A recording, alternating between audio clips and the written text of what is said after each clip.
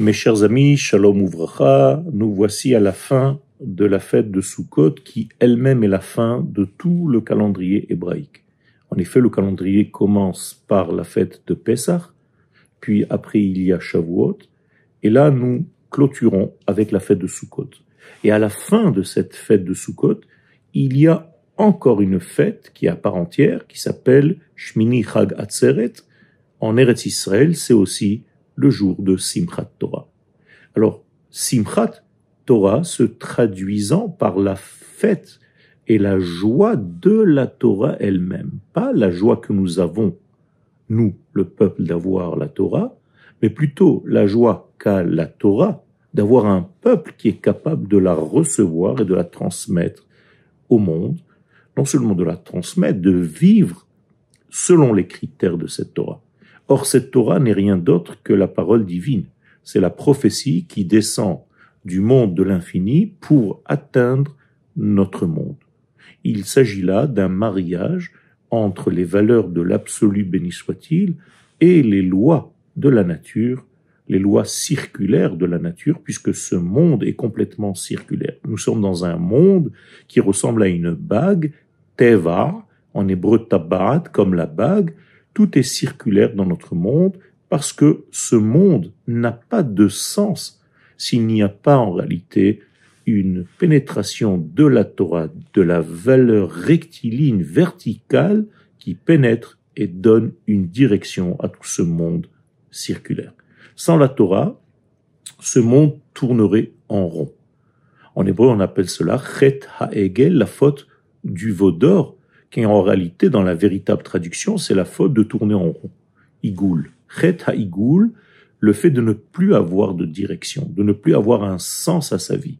Et la Torah est donc pour nous donner un sens à la vie, puisque c'est une prophétie divine, c'est une parole divine qui a été donnée au peuple d'Israël. Et donc la Torah représente cette rectiligne divine et elle ressent une joie, et nous lui offrons cette fête, c'est sa fête, Simchat Torah, c'est la Simcha de la Torah qui représente cette rectiligne absolue portée par le peuple d'Israël. Donc la Torah est heureuse d'avoir un peuple qui transmet cette prophétie divine au monde et qui applique les lois du divin dans notre monde.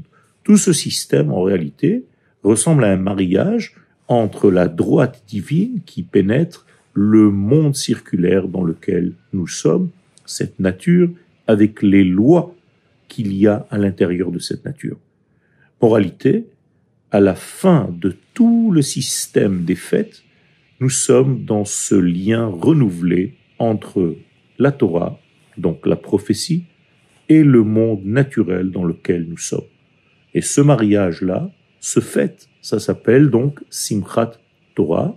La Torah est heureuse d'avoir le peuple d'Israël, et le peuple d'Israël est heureux d'appartenir à ce système qui lui a donné un rôle très spécial sur le podium des nations du monde, celui de manifester les valeurs divines, de les appliquer, la droiture divine, l'éthique divine, la morale divine qui est appliquée dans notre monde. Et donc le peuple d'Israël est porteur de toute cette parole, les 10 commandements, c'est le peuple d'Israël qui les a reçus pour justement bonifier tout le système de ce monde.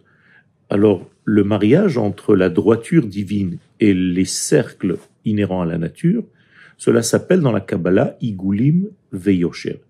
Le cercle de la vie plus la droiture divine qui pénètre au centre même de ce cercle naturel et qui lui donne un sens comme une spirale. Car le cercle vide, seul, sans la droiture divine, est un disque plat. Alors que dès que la droiture divine pénètre à l'intérieur de ce cercle, eh bien cette droite donne au cercle, donne à toute la vie une direction, un sens, et on va vers quelque chose. C'est-à-dire qu'il y a une pensée, et derrière cette pensée, il y a un être infini qui pense et qui donne un sens à toute l'histoire. L'histoire n'est pas un ensemble de jours qui passent, mais il y a ici un programme que nous sommes créés, Israël, pour aboutir, pour compléter, pour arriver à mettre en place tout le programme divin, comme l'appelait le Rav Kook, Ha-Inyan Ha-Elohi. Tout ce système divin a été donné au peuple d'Israël. Et donc nous sommes à la fin maintenant, nous sommes dans la clôture de tout, et le système c'est de faire descendre en fait les valeurs les plus infinies dans notre monde fini, de faire ce mariage entre la droite divine et le cercle de ce monde. C'est pourquoi nous tournons au moment même des fêtes, comme nous l'avons fait pendant la fête de Sukkot, comme nous le font pendant les Hakafot, comme nous le font à chaque fois que nous dansons, eh bien on tourne en réalité, alors qu'au centre, il y a la valeur de l'infini, béni soit-il, et donc il y a un sens à notre vie, et nous sommes dans une évolution permanente tout autour de cette droite centrale, le cercle représentant la nature et la droite représentant les valeurs de Dieu. De la même manière, nous allons voir ce programme et ce mariage se faire tout au long de la Torah que nous recommençons à partir donc de Simchat Torah. On va commencer déjà à amorcer la paracha de Bereshit, dans le livre de Bereshit, et tout ceci justement pour avoir un système qui fait le mariage entre l'infini et le fini.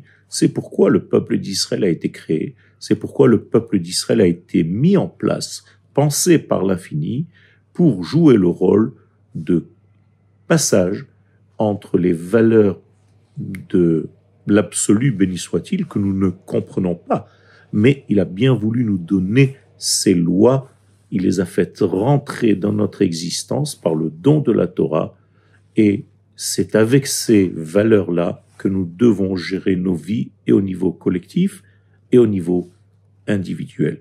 Et donc, je nous souhaite à tous une belle fête avec cette joie de la Torah, qui est tellement immense, et encore une fois, c'est la Torah qui est heureuse d'avoir un porte-parole tel que le peuple d'Israël pour justement bonifier toute la création, pour mettre en place les valeurs de l'infini dans ce monde fini qui, sans ces valeurs de Torah, n'a aucun sens, n'a aucun but, et chas v'shalom, le monde serait dans une incompréhension et presque, je dirais, quelque chose de très, très dangereux, parce qu'il n'y aurait aucune morale, aucun sens à notre vie.